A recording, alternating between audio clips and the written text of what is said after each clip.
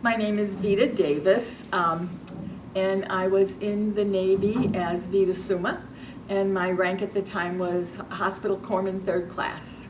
I really liked to work in the post-op orthopedic ward.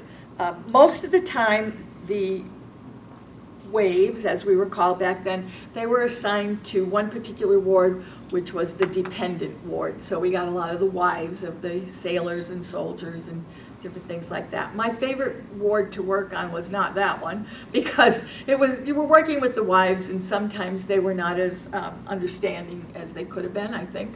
But my favorite ward to work on was the orthopedic ward, when you would get the young men back who had shrapnel in their legs, and we would be doing surgical procedures on them and removing some shrapnel or whatever. Or they were in traction and they had pins through their knees and their legs were in traction. So they were pretty limited as to what they could do and where they could go. So the only people who went to Vietnam were some of the nurses.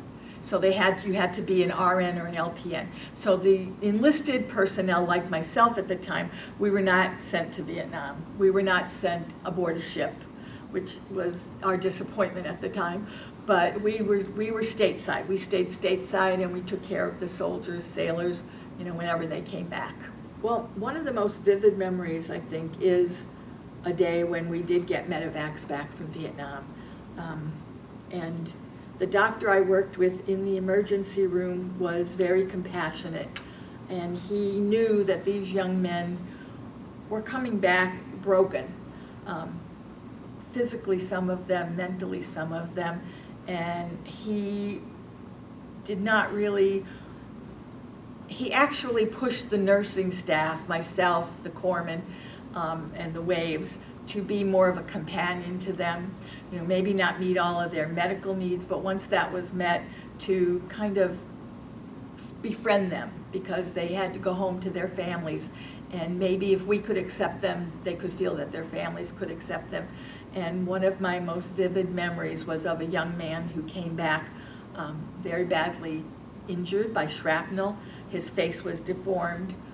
He had gas gangrene in the abdomen, and he had been facing many more surgeries. He'd already had several in Germany, and he was facing more. And helping him to see that he still had worth, we became very good friends, and encouraged him in his rehab.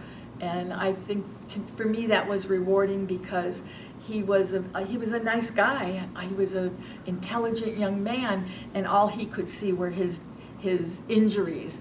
But to show him that someone else doesn't see that, and that we could be friends even then, I think that was helpful to both of us, because I think we both learned a little bit of acceptance. So that's a memory that I cherish, because I was able to help him along the way, and hopefully when he went home he had a good reunion with his family. And I remember also caring for some very high-ranking officers. That was very rewarding, just to care for those men and help them see that we needed each other, that what they did was courageous, and what I did, not just myself, but those that stayed stateside in a supportive role, were just as important as they were. And I think that that's something that we learned together, and it's something that I think I carried throughout the rest of my nursing career, my career as a wife and mother, and hopefully that influenced my own children.